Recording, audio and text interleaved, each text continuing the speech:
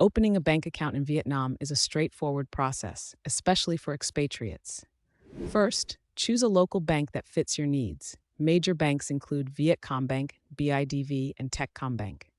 Next, gather the necessary documents: your passport, a valid visa, proof of residence like a rental agreement, and in some cases, a letter from your employer or a bank statement from your home country. After preparing these documents, visit the bank branch in person. It's advisable to go during working hours and be prepared for some waiting time. Once at the bank, fill out the application form, present your documents, and make an initial deposit, which varies by bank. Many banks offer accounts in both VND and foreign currencies, so choose according to your needs. After approval, you will receive a bank card and online banking access.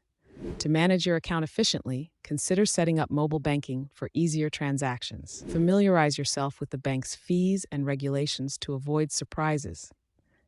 Opening a bank account in Vietnam provides a secure way to handle your finances and engage in local transactions. Need financial help? WhatsApp me 33 652 861, Instagram in bio.